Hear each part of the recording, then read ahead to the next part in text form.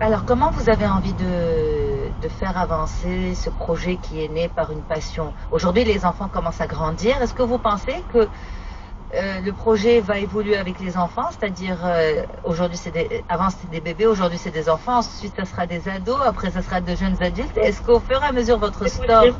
Oui, c'est C'est possible. possible. Oui. C'est possible parce que c'est vrai qu'au début, en fait, au fur et à mesure, je découvre quelque chose de nouveau. Maintenant, ma fille, c'est la plus grande. Donc, au fur et à mesure, je découvre des nouveautés que j'avais pas il y a 5 ans et que j'aurais jamais pensé les avoir. Je dis n'importe quoi. Par exemple, avant, je faisais pas les livres.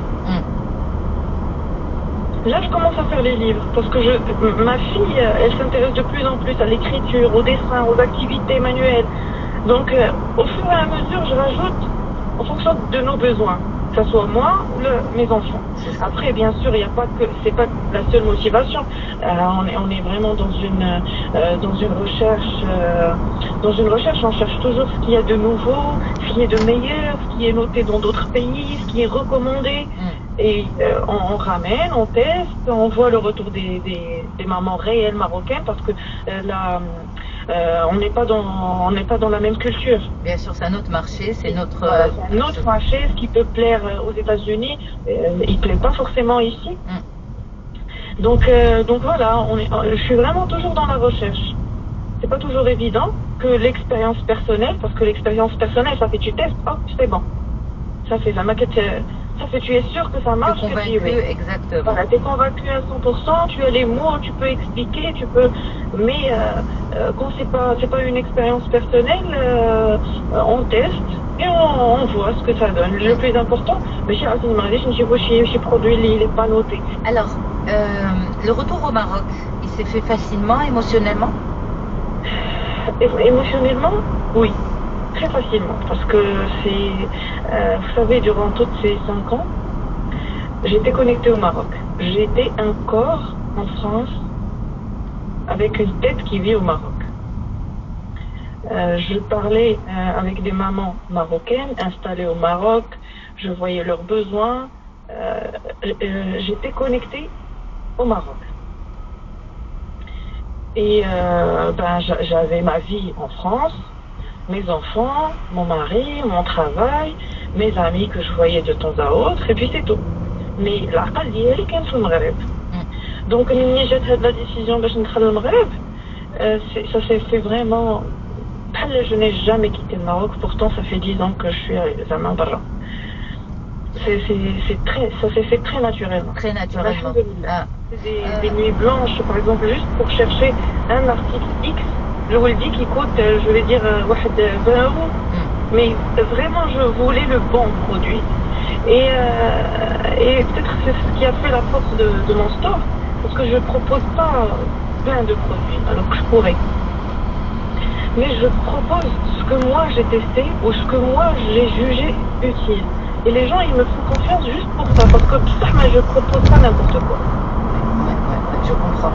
En fait, vous avez réussi à créer cette connexion et cette confiance entre vous et votre cible. Oui, alhamdoulilah. Et pour moi, c'est tout ce qui m'intéresse. C'est de la confiance, c'est de la connexion. Aujourd'hui, c'est ma passion. Alors, aujourd'hui, vous êtes ce qu'on peut appeler une entrepreneur? Oui. C'est bien ça? 100%. À 100%. Alors, donc, maintenant, c'est à 100%. Maintenant, c'est à 100% pleinement.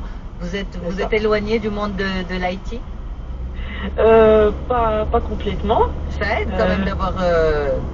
Oui, ça aide. Pas complètement. Alors moi, à la base, pas que IT, moi je suis logistique IT. Peut-être que c'est ce qui m'a aidé parce que durant ma formation, j'étais IT et logistique. Donc peut-être ça a aidé dans tout le process que je fais là pour l'importation et tout. Peut-être que c'est quelque chose qui m'a aidé. Alors, il ne faut pas le nier. Il ne faut pas le nier, absolument, absolument. Vous avez des notions en logistique, des notions en IT. Voilà. Alhamdoulilah, ça m'a aidé. Voilà, ça m'a aidé. Il faut pas nier Hadouqadi. Alors, aujourd'hui, dans cette nouvelle vie, qu'est-ce que vous trouvez quand même le plus compliqué?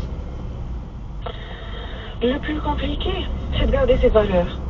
Bon, au cours de les 5 ans, j'ai rencontré pas mal de personnes, j'ai fait connaissance avec pas mal de personnes, et j'ai découvert que parfois, il y a des gens qui sont prêts, par exemple, à perdre leurs valeurs pour arriver. C'est quelque chose que vous n'aviez pas vécu dans votre...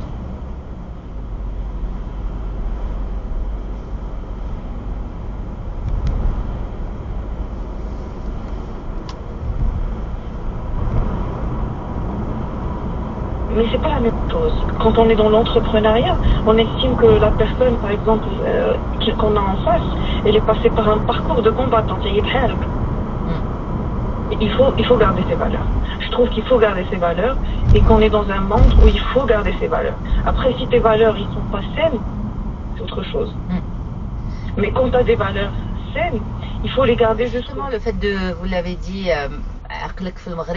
le corps était ailleurs, était dans un autre pays. C'est dur au quotidien? C'est difficile? C'est très très dur.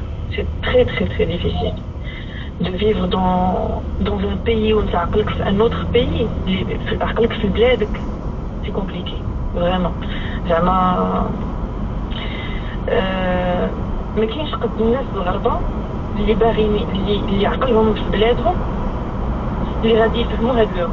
C'est très difficile. Parce que tu vis avec l'espoir d'être chez toi. Tu attends toutes les vacances. Tu attends le jour où tu es chez toi. Pour repartir dans une semaine ou d'attendre. C'est horrible. Mais pourquoi vous êtes parti alors? Ben voilà, je suis partie pour l'amour. Je suis partie avec mon mari parce qu'il avait trouvé son travail demain. Il était bien demain. Mon mari, il a fait ses études au Canada, donc le temps est très long. Donc je l'ai suivi.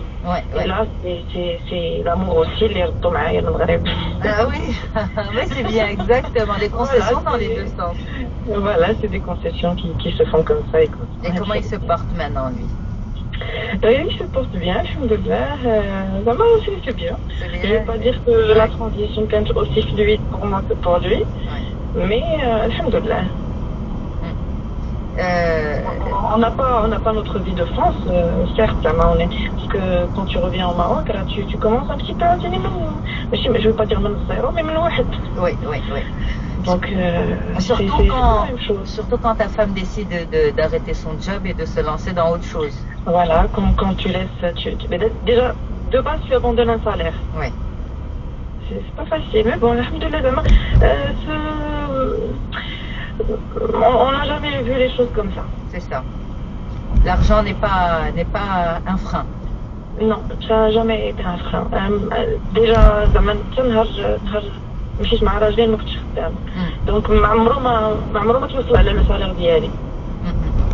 Mais c'est quand même une chance aussi de pouvoir se détacher de cette notion matérielle, de se dire je fais ce que je veux, je touchais tant, c'était très confortable. Non, mais c'est difficile aussi. C'est très difficile. Vous savez, pour prendre la décision, c'était très pesant psychologiquement. Là, j'ai enduré 2 ans. وانا au point que كنحلم انني نقدر نخرج من الخدمه. عرفتي في دوك لي زوبجيكتيف ديالك ديال لا فان داني اللي كتقول qu'est-ce que je veux réaliser pour l'année prochaine.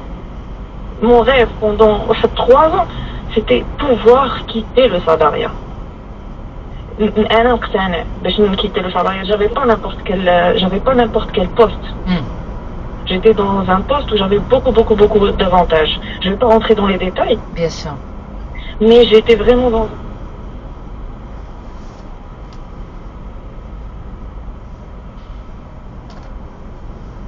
Mais voilà, le rêve, voilà, parfois il y a des choses qui donnent un rêve, mais réellement à l'intérieur, c'est un enfer. Pourquoi c'était un enfer justement? Parce que j'étais pas épanouie, parce que je voulais pas, c'était pas ce que je voulais. Parce qu'à un moment, quand tu es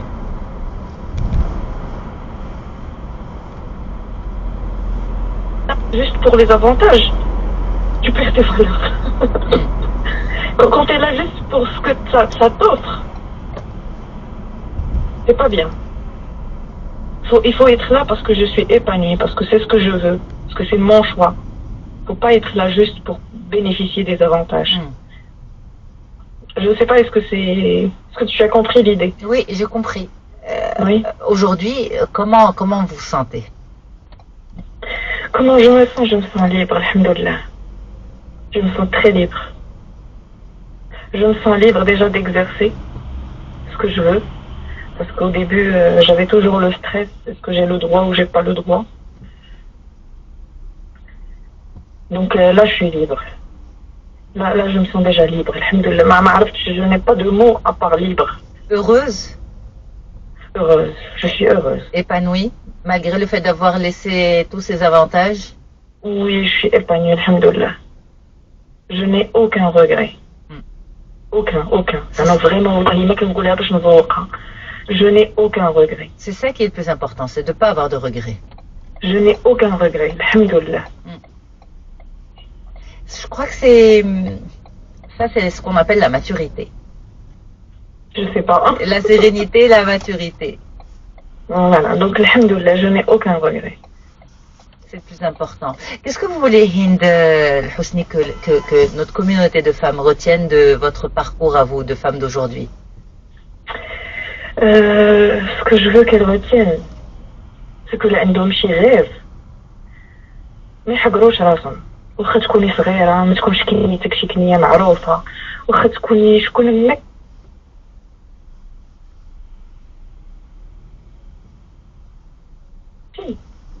Suis ton rêve. تقاتلي عليه. وما تطمعي على حتى واحد وما كيحسيش الكابا. ديري اللي انت باغا avec tes valeurs. وغتوصلي على قدك ولكن غتوصلي. Le respect de ses propres valeurs. Le respect de ses propres valeurs. ما عمرك pour ne jamais avoir de regrets. Pour respecter ses valeurs, il faut d'abord les connaître. Ça c'est un autre travail. Ouais. Il faut connaître ses valeurs, il faut savoir et savoir quelle valeur on donne à ses propres valeurs, quelle place on leur donne. Hind Hosni, merci infiniment d'avoir été ma femme d'aujourd'hui. Avec plaisir, merci à toi de m'avoir écouté. C'était vraiment une thérapie, ça m'a fait du bien. Merci beaucoup Yasmine. Merci à toi Hind. Merci à toutes et à tous pour votre confiance. C'est toujours un plaisir pour moi de vous retrouver, surtout de retrouver mes femmes marocaines battantes, extraordinaires, du lundi au vendredi. Et bien sûr, chaque épisode est toujours en avant-première, à la demande, à n'importe quel moment, sur Média Podcast. Très très bonne suite des programmes à toutes et à tous.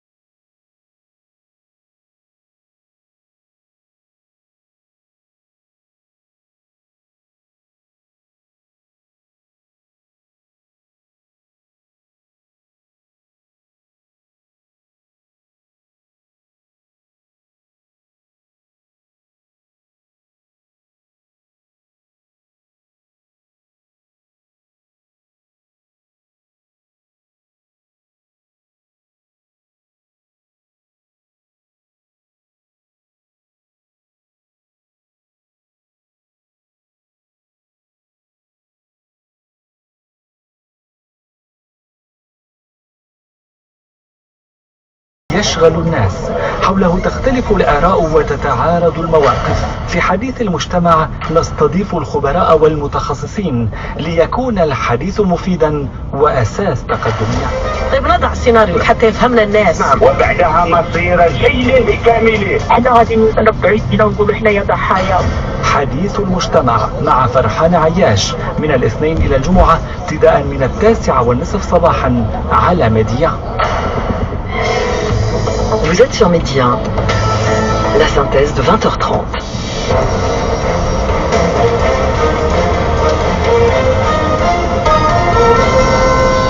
Et avec vous Candice Mazotomazik, bonsoir à toutes et à tous. À quelques heures du Nouvel An, le roi Mohamed VI s'adresse ses vœux à plusieurs chefs d'État et de gouvernement. Des messages de bonne santé et de bonheur envoyés notamment au souverain de Jordanie, au président des Émirats Arabes Unis ou encore aux dirigeants hongrois et polonais. Qui dit fin d'année dit aussi l'heure de la traditionnelle allocution pour Emmanuel Macron. Après des mois de politique mouvementée, le locataire de l'Elysée reconnaît que la dissolution de l'Assemblée nationale a davantage apporté de division que de solutions. Il appelle les Français au ressaisissement pour permettre, je cite, la stabilité avant d'affirmer qu'il leur demandera de trancher un certain nombre de sujets importants en 2025. Parmi les incertitudes de la période qui s'ouvre, la situation en Syrie, 3 semaines après le renversement de Bachar el-Assad par les rebelles, le nouveau pouvoir est désormais scruté de très près par la communauté internationale. Selon nos confrères de l'agence France Presse, des premières discussions positives ont eu lieu hier entre les leaders de Damas et les forces kurdes. Une réunion organisée hier qui, d'après cette même source, jette les bases d'un futur dialogue. Et c'est en tout cas une fin d'année dans le dénuement le plus total que s'apprêtent à vivre les Gazaouis. Dans un rapport publié ce mardi, le Haut Commissariat des Nations Unies pour les droits de l'homme évoque un système de santé au bord de l'effondrement à cause notamment d'attaques israéliennes répétées sur les hôpitaux du nord de l'enclave. Le Haut Commissariat qui ajoute que ce système au bord de l'effondrement a un effet catastrophique sur l'accès des Palestiniens à la santé et aux soins vitaux médicaux. Fin de citation. Mardi 31 décembre, le jour où le Zimbabwe a aboli la peine de mort. C'est officiel depuis aujourd'hui.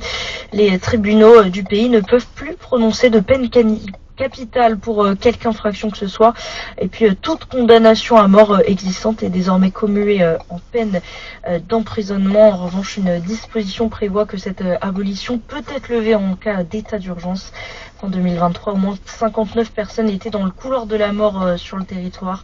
C'est ce qu'a indiqué l'ONG Amnesty International dans un communiqué saluant la décision de supprimer cette peine comme un moment historique. Et puis un mot de sport avant de refermer cette synthèse avec la Première Ligue qui se poursuit dès demain 1er janvier 2025 avec un match à suivre, Arsenal contre Brentford. Voilà pour l'essentiel de l'actualité de ce soir. Merci à vous d'avoir suivi cette synthèse et très belle soirée, très bon réveillon à l'écoute de Média. السماع الصوفي أحمد الخليع.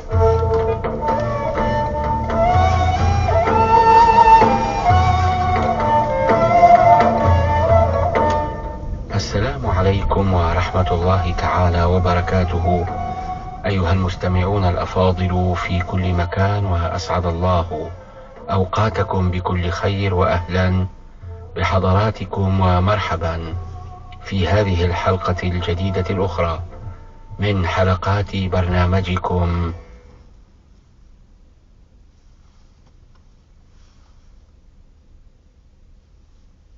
كلمة أوصافه وذاته لا علل فيه ولا نقص، فنفى العلل والنقص من ذات سيده وصفاته. ومتى وصف العبد ذات سيده أو شيئا من صفاته بالنقص والعلل التي لا تليق به فهو جهول بصفات مالكه، ولا تصح عبادته حتى يعرف معبوده.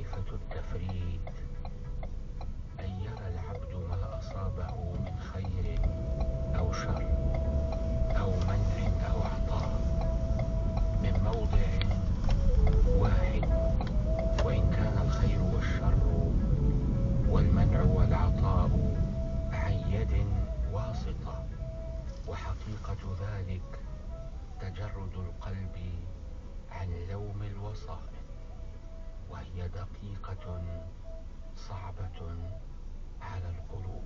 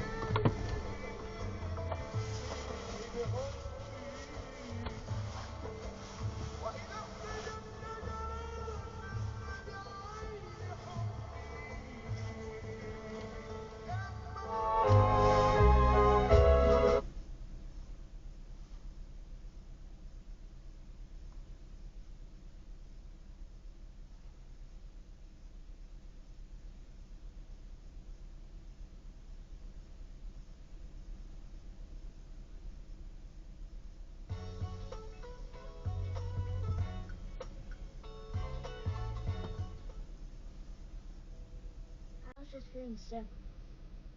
And it was the worst day. Mom was crying.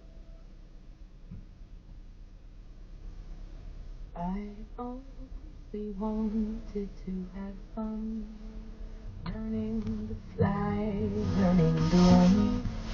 I let my heart decide the way when I was young. Deep down, I must have always known that this would be inevitable. To earn my stripes, I'd have to pay. bare my soul.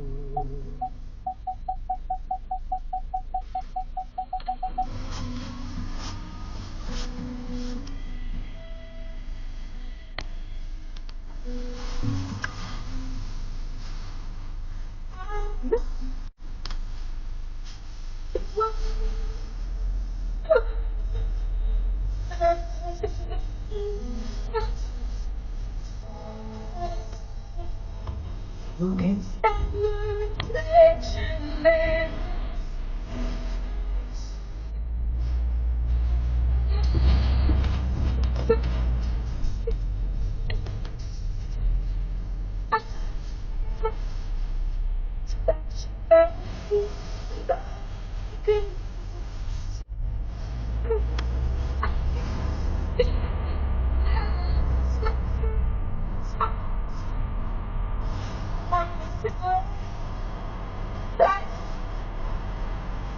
To be born.